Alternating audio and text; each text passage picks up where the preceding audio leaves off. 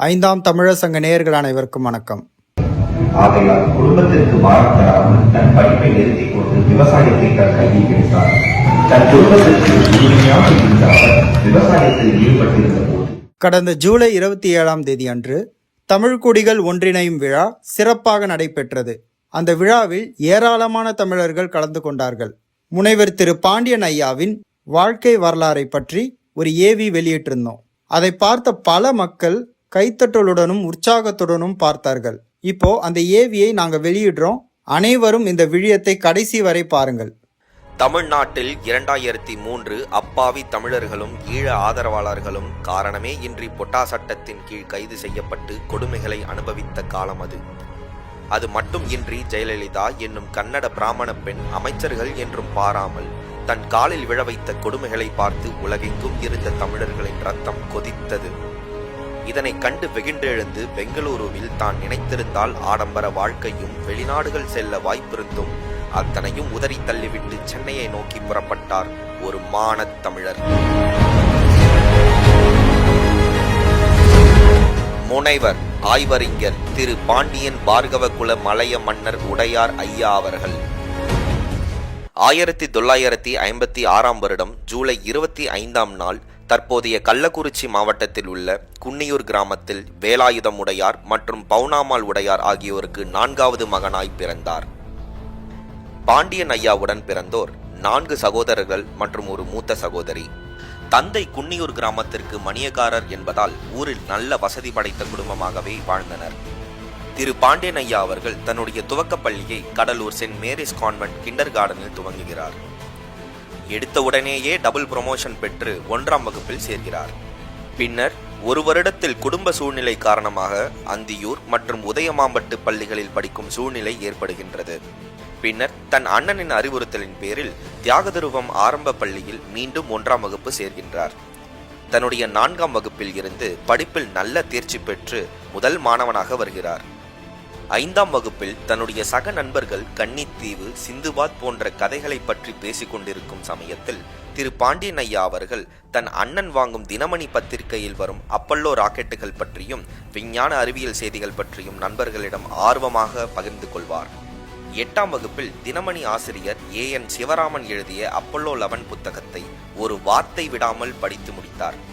ஐயாவின் அண்ணன் திரு ராஜமோகன் அவர்கள் பதிவு செய்து வாங்கி கொண்டிருந்த ரீடர்ஸ் டைஜஸ்ட் புத்தகங்களை அனைத்தையும் ஆர்வமுடன் படித்து கற்றார். பின்னர் தன்னுடைய PUC படிப்பை DG வைஷ்ணவா கல்லூரியில் தொடர்கிறார். படித்து கொண்டிருக்கும் பொழுதே டிபி நோயால் அவதிப்பட்டு கொண்டிருந்த தன் தந்தையை தாம்பரம் சானிட்டோரியம் மருத்துவமனையில் சென்று பார்த்து கொண்டு வந்திருந்தார்.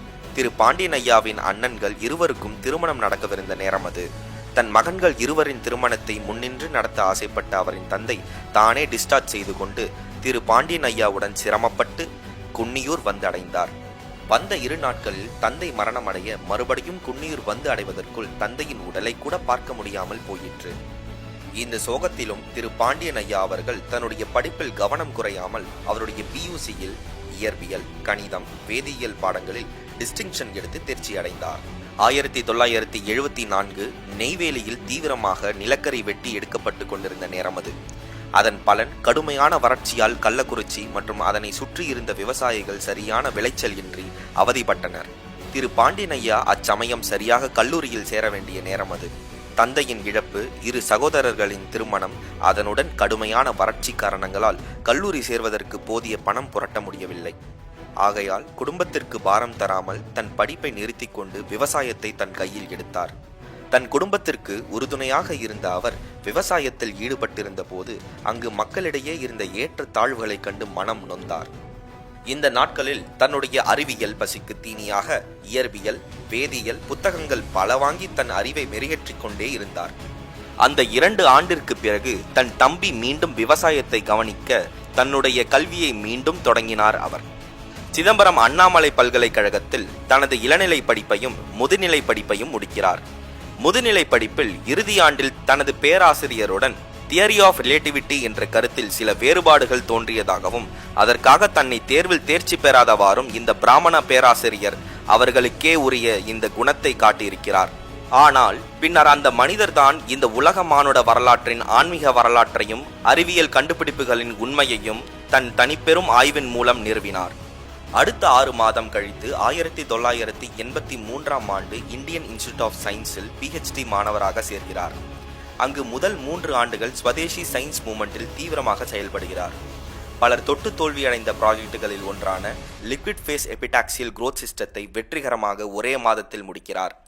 ஐயாவின் பேராசிரியர் ஒருவர் இதனை கண்டு, Pandian, this is best layer என்று கூற, ஐயா அவர்கள், sir, this is first layer என்று கூறி அவருடைய நேர்த்தியான செயலை நிரூபித்தார். தமிழ்நாட்டில் நடந்து கொண்டிருந்த கொடூர ஆட்சியை பார்த்து பெங்களூருவில் இருக்க முடியாமல் தமிழர்களின் அறியாமையை போக்க 2003இல் சென்னைக்கே வந்து விடுகிறார். 2007 தமிழ் சிந்தனையாளர் பேரவை என்ற அமைப்பை தொடங்கி 2010 வாக்கில் மாதாந்திர கூட்டம் நடத்தி சமூகத்தின் பொது பிரச்சனைகள் பற்றி விவாதங்கள், உரையாடல்கள் மூலம் மக்களின் நலன் சார்ந்த சிந்தனையில் ஈடுபட்டிருந்தார். தன்னலத்திற்காக இல்லாமல் பொதுப்பணியில் இருப்பவர்களின் நலத்துக்காக யோசித்த அந்த மாமனிதன் 2006 வாக்கில் ஒரு தமிழ் தேசிய இயக்கத்தின் தலைவர் காரில்லாமல் இருப்பது சரியல்ல என சிந்தித்து தன் சொந்த செலவில் போலி தமிழ் தேசியவாதியும் தெலுங்கருமான மணிராஜ் அவருக்கு கார் ஒன்றை பரிசளித்தார். அது மட்டுமின்றி இதர பல வசதிகளும் ஏற்படுத்தி கொடுத்திருக்கிறார். குறிப்பு: தமிழினம் மீட்சிக்கொள்ள வேண்டும் என்ற தீரா தாகத்தில் இருந்த அந்த தலைவர் 4 ஆண்டுகளுக்கு பிறகே தனக்கென கார் ஒன்றை 2010 வாக்கில் வாங்குகின்றார்.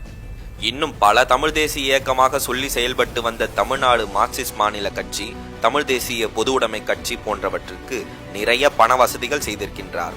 2009 ஈழப்போரின் முடிவில்தான் தன் சொந்த இனம் துரோகத்தால் வீழ்த்தப்பட்டதும் வந்தேரிகளின் ஆதிக்கத்தில் அடிமை வாழ்வு வாழ்வதும் குறித்து எண்ணி அரசீற்றம் கொண்டார்.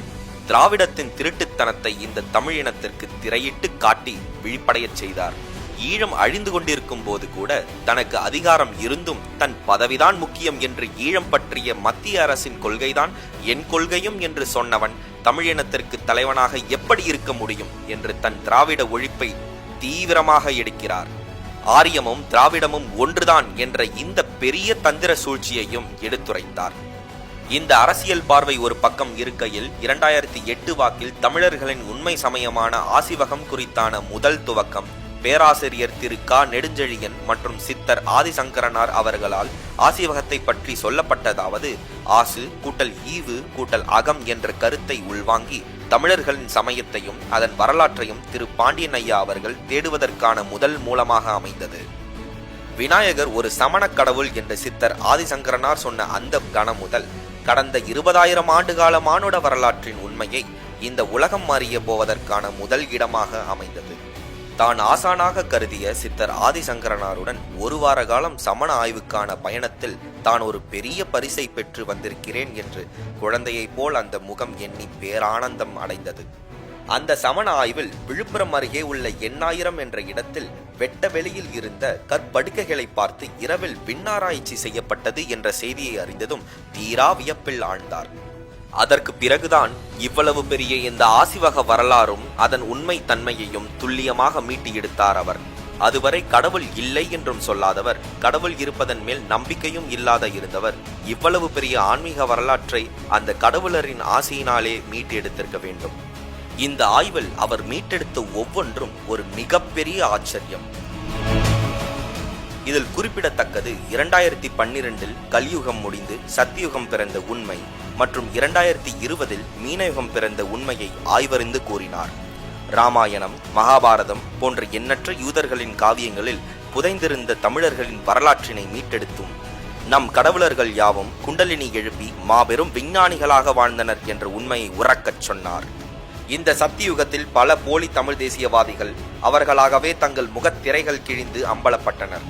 அவற்றுள் குறிப்பிடத்தக்கவர்கள் சைமன் என்னும் மலையாளி சீமான், தினேஷ் என்னும் கன்னட பாரிசாலன், மணிராஜ் என்னும் தெலுங்கு மணியரசன், செந்தமிழன் என்னும் செந்தெலுங்கன், திருமுருகன் காந்தி என்னும் தெலுங்கன் மற்றும் பலர்.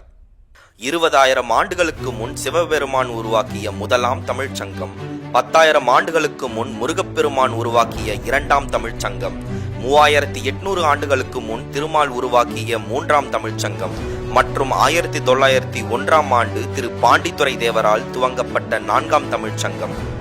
இதனைத் தொடர்ந்து 2020 திரு பாண்டியன் ஐயா அவர்களால் 5ஆம் தமிழ்ச் சங்கம் தொடங்கப்பட்டது.